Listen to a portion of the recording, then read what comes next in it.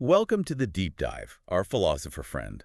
Today, we're going deep into human cognition. Yeah, exploring how we learn, judge, and make those tough decisions. Exactly. We're diving into this fascinating chapter, kind of like taking apart our mental machinery, right? It really gets into the nitty-gritty, like how we use knowledge to actively shape our understanding. Not just reacting to the world, but like creating our own interpretation of it.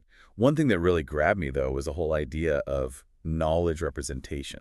Ah, yeah. How we store knowledge. It's a classic philosophical puzzle for sure. Right, like how do we hold all that knowledge in our minds? Well, the chapter dives into these different theories, One is the dual code theory. Oh yeah, dual code. What was that again? It suggests we use both images and language to represent knowledge. So I can picture my dog and D have the word dog. Exactly. But then there's the propositional theory, arguing for more abstract representation. So not tied to any specific sensory experience. Right, like maybe a deeper code that gets translated into images or language when we need it. That's a trippy thought. Makes you wonder about the nature of concepts then, doesn't it? Definitely. If it's not just pictures or words, how do we even grasp those abstract ideas? It's a real head scratcher. The chapter also talked about prototypes, like a mental template for a concept. Yeah, like your prototype for dog isn't any specific dog, but it has that essential dogness. Ah, so it's how we recognize a new furry friend, even if we've never seen that dog before. Exactly. And speaking of mental processes, there's this whole concept of automatization. Oh yeah, automatization, those things we do without even thinking, right? Right, like driving. You don't think clutch, gas, brake, you just do it. It's kind of wild when you think about it. Raises some big questions about consciousness and free will too, huh? Definitely. If we act without thinking, are we really in control? Big questions for a philosopher. Seriously. It makes you wonder how much of our lives runs on autopilot. Did that change how we see ourselves? Right. The chapter breaks down how automatization happens, merging actions, linking them to contexts. And shifting our attention to the effects, not the actions themselves. Exactly. It becomes this subconscious process. So it's not that we're totally thoughtless, just operating on a different level of awareness. Precisely. But it does make you think, if we get too routinized, do we lose some flexibility? Yeah, like we're stuck in these mental shortcuts, missing chances for creativity or critical thinking. A good point. There's a balance there for sure. But, shifting gears a bit, the chapter also digs into goals and intentions. Oh, goals. I was really interested in that part. It kind of pushes back against those behaviorist theories, right? Absolutely. It uses this example of preparing a meal. Oh, right. It's not just a chain of external cues, is it? There's an internal plan driving it all. Exactly. We think ahead. We picture that delicious meal and organize our actions to achieve it. Like a mental blueprint, even without immediate rewards pushing us along. But how do those internal goals actually motivate us? The chapter talks about self-reactive influences. We evaluate our progress toward a goal, and any discrepancy triggers a reaction. Like if I set a writing goal and fall short, it fires me up to do better. Exactly. Those self-reactions, whether positive or negative, fuel our motivation. It's like we're holding ourselves accountable. But it also mentions self-efficacy, right? Right. It's not just about setting goals, but believing we can achieve them. So someone could set a goal, but if they don't really believe they can do it, they won't succeed. Exactly. And the chapter emphasizes specific and challenging goals. So be healthier is less effective than, say, run 3 miles 3 times a week. Right. The specificity gives us something to measure, and the challenge keeps us engaged. It's got to be that sweet spot. Achievable, but still something to strive for. Exactly. They also talk about proximal sub-goals, breaking big goals into smaller steps. Like those epic quests. Got to have smaller victories along the way to stay motivated. Love that analogy. And speaking of quests for knowledge, there's this idea of cognitive disequilibrium. This is where Kyoji comes in, right? You got it. He said, we're driven to resolve discrepancies between our knowledge and new experiences. So when something challenges our understanding, it creates this mental tension we got to fix. Exactly. Like a new idea that completely contradicts your beliefs. Unsettling, but it pushes you to re-examine things. Like our brains hate loose ends.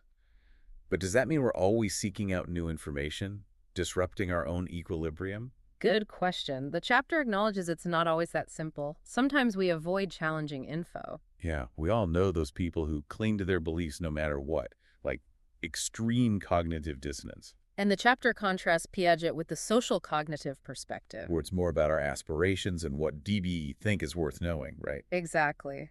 Our motivations and beliefs shape what we choose to learn. So it's not just this blind drive for balance, it's more selective. We actively choose what to engage with. Precisely. Which brings us to the chapter's discussion of moral reasoning. Always a good one for philosophers. Okay. Definitely. How do we develop our sense of right and wrong? Nature, nurture, that whole debate. The chapter covers several perspectives, starting with Kohlberg's stage theory. Oh, yeah, Colbert. I remember that from my philosophy classes. Like going from don't steal, you'll get in trouble, to don't steal, it's wrong. Right. But the chapter also points out some limitations of that model. Like cultural bias. And can't someone use principled reasoning to justify anything, even bad stuff? Good points. So to address that, they introduced the social cognitive perspective on moral development. So instead of universal stages, it's more about how our environment shapes our morals. Right. We learn through observation, modeling, social feedback, like those studies where kids imitate aggressive behavior. Wow. It's almost scary how much we're influenced by others, even when it comes to morality. It raises some tough questions for sure. If our morality is so malleable, are there any universal principles? That's a big one. It seems like we have these two forces at play, the potential for universal reasoning, but also this susceptibility to influence. Maybe it's a combination. Our innate capacity for reasoning provides the base, and our experiences build on that. So we're not robots programmed by culture, Yeah. but not totally free agents either. It's a complex mix. Exactly. Which leads us to the chapter's discussion of language development. Seems like a separate topic, but it ties in. Oh, how so? Well, language transmits cultural norms and shapes our moral understanding. Makes sense. I'm curious to hear how they connect it all. Language is such a fundamental part of who we are, isn't it? Absolutely. The chapter dives into language acquisition, the interplay of innate abilities and environmental input. So moving beyond that old nature versus nurture debate. Right. It argues against kids just parroting what they hear. It's about abstract modeling, extracting grammatical rules. So not just memorizing, but understanding the structure of language to create new sentences, express complex ideas. Precisely. And it mentions how parents adapt their speech to match their kids' abilities. Like intuitively providing the right support for their development. But it also says language isn't passive, right? Definitely. It's driven by our desire to communicate, to make sense of the world. It's a tool for navigating and achieving our goals. Fascinating stuff. It is. And this brings us to triadic reciprocality, this idea that our personal factors, behaviors, and environment all interact. So it's not just one thing shaping another, it's this constant back and forth. Exactly. And when it comes to cognitive change, we can't focus on just one element. Like in cognitive behavioral therapy. Yeah. You got to change both thoughts, A and D behaviors for lasting change. Great example. And the chapter emphasizes we're not just passive recipients of our environment. We can shape it too. Yeah. And that influences our thoughts and feelings. It's empowering, knowing we have that agency. Absolutely. We're not just products of our genes or upbringing. We have the capacity to influence our own development. This chapter has been a whirlwind. Knowledge representation, goals, moral development, language. So much to think about. And we've only just scratched the surface. There's still the question of verifying the accuracy of our thoughts. Oh, right. How do we make sure our knowledge is actually correct? What keeps us from falling into delusion? Those are crucial questions, and that's where we'll pick up in part 2 of our deep dive. Can't wait. This is getting good. Welcome back to our deep dive. Before the break, we were getting into how we figured out what's right and wrong. Yeah, like our sense of morality isn't set in stone. It changes as we learn and grow. Exactly. And this chapter goes even further, exploring how we check if our thoughts are accurate, especially in moral judgment. It's like we build these mental models of the world. But then how do we make sure they actually match up with reality? Especially with ethics and values. Right, like we have this moral compass, but how do we calibrate it to point in the right direction? It's a good question. I'm all ears. Well, the chapter lays out these different ways we verify our thoughts, each with its own pluses and minuses. They start with inactive verification. Inactive. That sounds kind of active. What is that exactly? It basically means testing our thoughts through direct experience, like, do our actions lead to the expected results? So it's like, the proof is in the pudding. If I believe honesty is best, I try being honest and see what happens. Exactly. And that can be really powerful, especially when the results are clear and immediate. But we can't always test every belief that way. True. I can't just break promises to see if it really has bad consequences. Some things are off limits, ethically. Right. And that's where an active verification hits a snag. It's less reliable for complex long-term stuff, or when testing would be harmful. So what are the other options? If we can't always test our moral beliefs directly, how do we check them? The chapter brings up vicarious verification, where we learn from what others go through. Oh, interesting. So we watch their actions, see what choices they make, and learn from the outcomes. You got it. It's like learning from other people's moral wins and fails without making all the mistakes ourselves. Make sense? But, doesn't that depend on who we're learning from? Not all sources are equally trustworthy, right? You're hitting on a key point there. Just like with unreliable narrators and stories, there are unreliable sources of moral info in real life. Oh, for sure. Makes me think about how media and technology influence our morals. We're flooded with images and stories, shaping our views without us even realizing it. It's true, we're bombarded with info, so those critical thinking skills are more important than ever. We got to sift through all the noise, spot the biases, and figure out which sources are actually reliable. It's like we need a moral filter to help us process everything and figure out what fits with our own values. That's a great way to put it. Hmm. And that leads to another type of verification the chapter talks about: persuasory verification. Persuasory. So, like, trying to convince others we're right. Not quite. It's more about seeking confirmation for our thoughts by comparing them to what others believe, especially people we respect. Oh, I see. Less about arguing and more about checking if our views align with those we trust. Exactly. It's about validation. That social side of moral reasoning is powerful. We're social creatures, so belonging and shared values really shape our compass. Makes sense. But doesn't that have a downside too? Like, what if it makes us just follow the crowd, even if the crowd's wrong? That's a risk, for sure. Blindly following can lead to bad places. That's why it's vital to balance social confirmation with critical thinking. So, questioning things, challenging assumptions, and judging beliefs on their own merit, not just popularity. You nailed it. And that brings us to the fourth type of verification: logical verification. Okay, logical. That sounds more like what I'd expect from philosophy. Right. This is where we use reason and logic to test if our beliefs are valid, make sure they're consistent, and don't contradict facts or principles. So it's like giving our moral beliefs a mental workout, You looking know? for weak spots, making sure they hold up. Exactly. We hunt for those logical fallacies, contradictions, inconsistencies, asking, does this make sense? Does it fit with my other values? Can it stand up to scrutiny?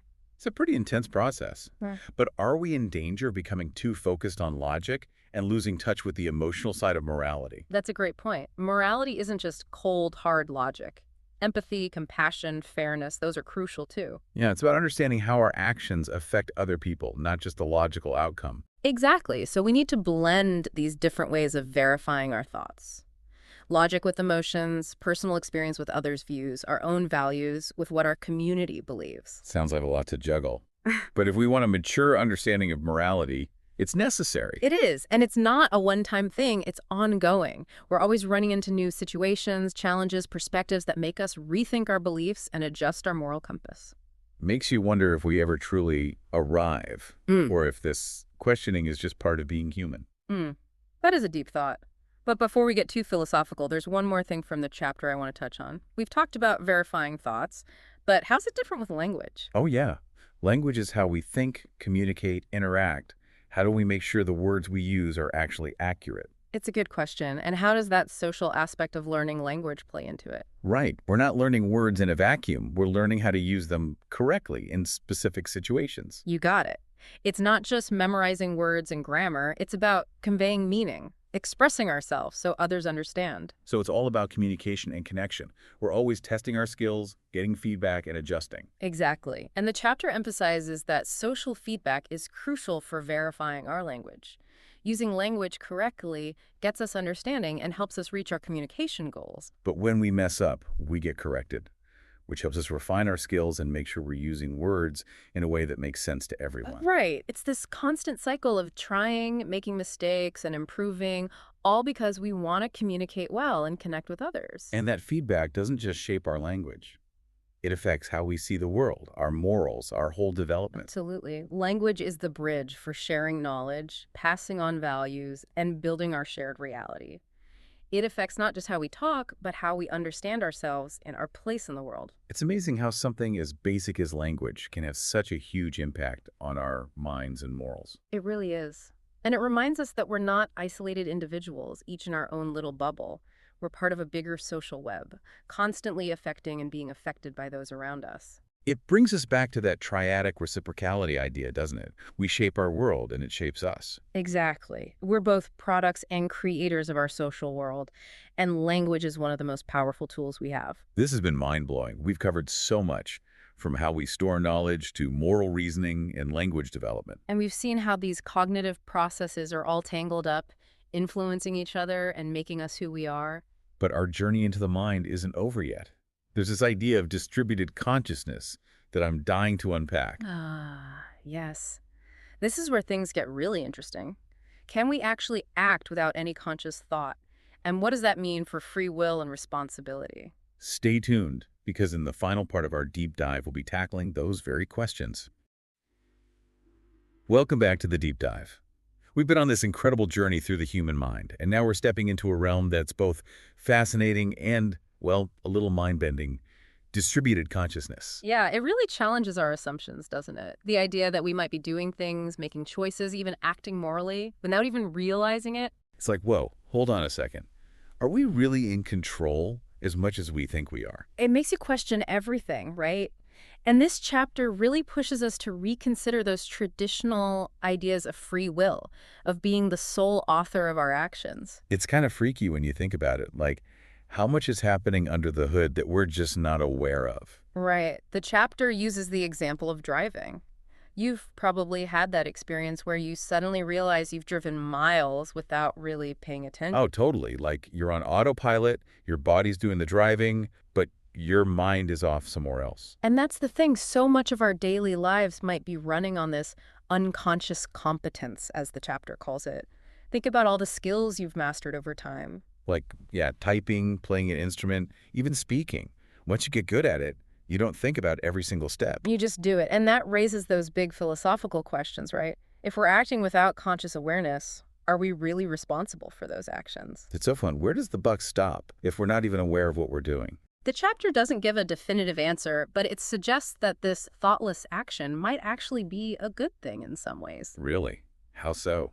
Well, it's incredibly efficient. It frees up our conscious minds to focus on the stuff that really needs our attention. So it's like our brains have evolved to delegate those routine tasks so we can use our conscious energy for the more complex stuff. Exactly. And maybe this distributed model of consciousness is actually a more accurate way to think about how our minds work. It's not this centralized command center, but more like a network. So instead of a solo performer, it's more like a whole orchestra, different parts working together to create this amazing symphony. That's a great way to put it. And even though we might not be consciously directing every single note, there's still an overall intentionality, a purpose behind it all. So it's not like we're just robots mindlessly reacting to whatever's happening around us. No, there's still agency, there's choice, even if it's not always happening on a conscious level. That makes sense. It kind of brings us back to that idea of triadic reciprocality too, right? Yeah. Our thoughts, behaviors, and environment all influencing each other. Exactly. Even in those moments of thoughtless action, we're still active participants in the world, shaping and being shaped by our experiences. It's humbling, really, to realize how much is going on that we're not even aware of. It is, and it opens up so many intriguing questions. If our consciousness is more distributed, more interconnected than we thought, what does that mean for things like creativity, intuition, even spiritual experiences? Wow, yeah, those are some big questions. And this chapter doesn't pretend to have all the answers. It's more about getting us to think differently, to question our assumptions, and to appreciate the complexity of the human mind. I think that's a perfect way to wrap up our deep dive into this chapter. It's given us a lot to chew on, challenged our thinking, and honestly left me with even more questions than I started with.